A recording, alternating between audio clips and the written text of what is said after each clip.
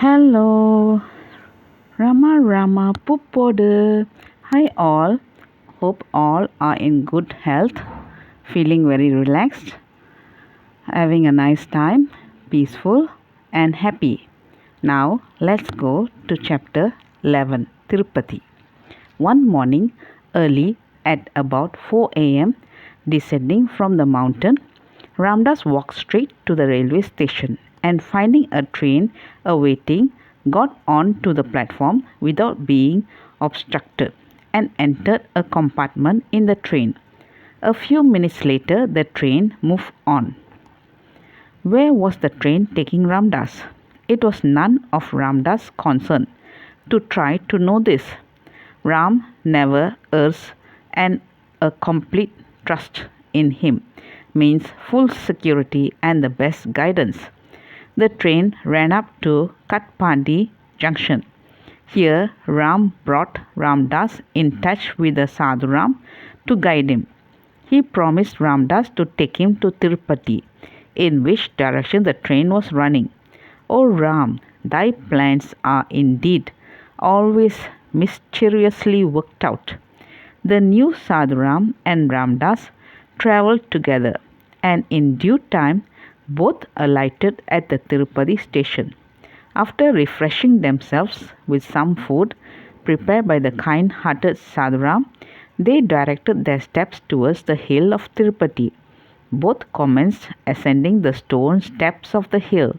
It was climbing higher still and higher up the Mount of Glory. About 700 steps were covered, and the sadhus reached the top of the hill at about 8 in the evening. Then they had to walk about 3 miles over almost level ground. It was a moonlight night, but the cold up there was intense, while at the same time Ram's grace was correspondingly very great. A little before midnight, the temple of Balaji was reached. At the entrance to the temple was a fire, round which a number of people were sitting.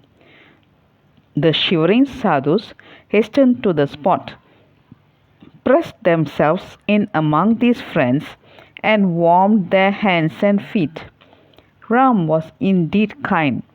A short time after, the doorkeeper of the temple commanded all at the fire to leave the place and go out of the temple, since it was time to close the main door of the temple. So all had to give up the fireside, most reluctantly.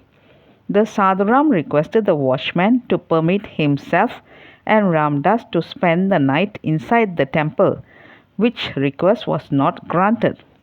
It was all Ram's will. To come out of the temple meant the complete exposure to the strong and extremely cold breeze blowing over the hills. It was dark now, and they had to reach out a place for rest. For the night, there were some massive buildings, dharmashalas, all open. However, the sadhus scrambled into one of these and settled themselves down. The sadhuram began grumbling at the cold and said, Swami, it is impossible to think of any sleep for the night. The cold would not allow us a wink of sleep. So much the better, replied Ramdas. All the time can then be devoted to Ram Bhajan, the Bhajan of that all-powerful and all-loving being. That is all right for you, remarked the Sadhuram. But I should suggest a move from this place as soon as the day breaks. One night more in this plight shall certainly stiffen us into sheer logs of wood. Receiving no reply from Ramdas, who was then engaged in the meditation of Ram, the Sadhuram laid himself down and twisted himself into the shape of the figure 8, at the same time covering his body with a thin cotton cloth, the only spare cloth he had. This cloth was too small to fully cover him.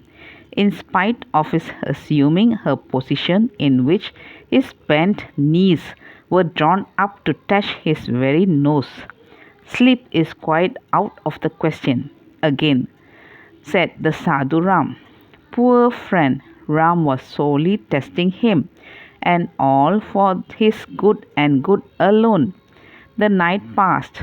Early morning, when the daylight was breaking, the shivering Sadhu proposed a climb down the hill. But Ramdas suggested that they might go further on about 3 miles and visit the waterfall called Pabanasini. The general belief is that the person who takes bath at the waterfall will be washed off all his or her sins. Hence the name. The Sadhuram agreeing, both proceeded to this spot and bathed in the waters falling down a rock with a great force. Since it was broad daylight now, the top of the hill in all directions was seen clearly. The beautiful landscapes and valleys that met the eyes were simply entrancing. But over, the Sadhu Ram hastened down the hill, followed by Ramdas, and before evening they reached the city below. The same evening, both boarded a train running northwards. That's all, folks. Let's see in the next chapter. Thank you. Bye bye. Rama Rama Puppodu.